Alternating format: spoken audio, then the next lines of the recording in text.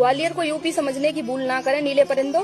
तुम 10 लाख की भीड़ में आओगे, हम 10,000 ही तुम्हारी माँ चोद के रख देंगे। जय भीम नमो बुद्धाय। यह लड़की देखो कितना गंदा गंदा शब्द का प्रयोग कर रही है और सीधा सीधा हमारे समाज को टारगेट कर रही है। तो अनिल मिश्रा जी के सपोर्ट में सारे हिंदू ही बोलेंगे वो तो।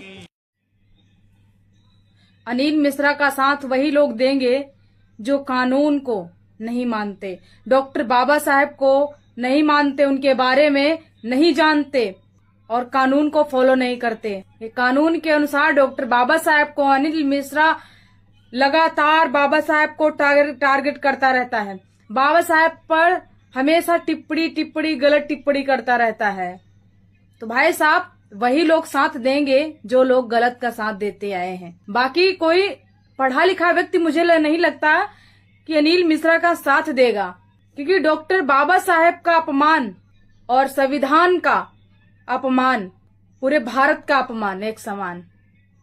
जिस संविधान से हमारा पूरा भारत देश चल रहा है, उस संविधान के बारे में गलत टिप्पणी और संविधान के निर्माता को गलत टिप्पणी करना। और जो शेर अकेला दहाड़ सकता है ना, उसे भीड़ की जरूरत नहीं है। और तुम्हारी तो आदत ही हर जगह पेटीकोट उठाने की, अपनी लुगाइयों को भी लेके आना, वो भी पेटीकोट उठाएंगी। इस औरत के जरा सी भी शर्म और हया नहीं रह गई है। अरे भाइयों को तो छोड़ो, ये तो माताओं बहनों को भी नहीं छोड़ रही है। वीडियो को इतना शेयर करो कि जल्दी से जल्दी ये माफी मांगते हुए नजर आए। इसकी औकात का पता लगवा दो भाई, अगर अपने समाज से करते हो प्यार। सोचो, अगर लाखों की भीड़ में तुम जूते लेके आ रहे हो, वही हजार, हम तो हजारों की भीड़ बोलते हैं, हजारों की भीड़ अगर फरसे और तलवारें लेके निकल आए तो तुम्हें भागते हुए रास्ता मिलेगी? देखे रहना, कभी तुम्ही को ना रास्ता मिले फिर कहाँ जाओगी? क्यों चंबल में मगरमच्छों का भोजन बनने के लिए आ रहे हो?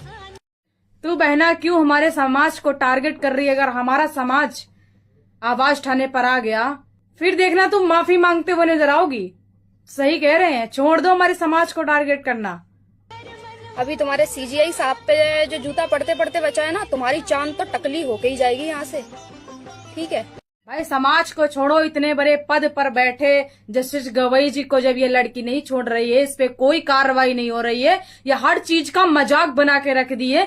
क्या कह रही है, जस्टिस गवई जी पर जूता पड़ते पड़ते बच गया, लेकिन तुम्हारी चांद पे बिल्कुल चांद बन जाएगी, एक बाल भी नहीं रह जाएगा सिर पे। तो मैं इसको बता देना चाहती हूँ, तो ना एक समझ लो एक समाज को टारगेट कर रही है, टारगेट तो कर ही रही है। इतने बड़े कानून की कुर्सी पर एक बैठा व्यक्ति को इतना अपमान कर रही है, अपमानजनक उसको बात बोल रही है। वीडियो को इतना शेयर करो भाइयों, इसको जल्द से जल्द इस पे कार्रवाई होनी चाहिए और जल्द से जल्द ये माफी मांगती हुई नजर आना चाहिए।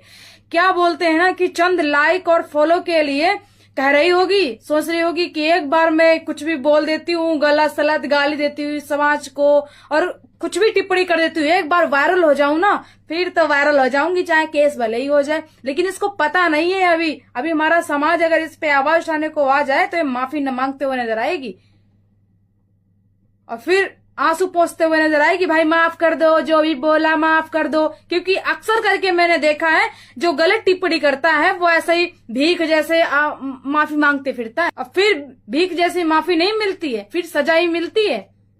और जो कानून सजा देगी वो देगी फिर, क्योंकि इसीलिए कहते हैं कि सोच समझ कर एक दूसरे को बोलना चाहिए। लेकिन कुछ तो इतना जल्दी फेमस होना चाहते हैं कि पूरा समाज और कानून पर बैठे वो व्यक्ति की इज्जत नहीं कर रहे लोग।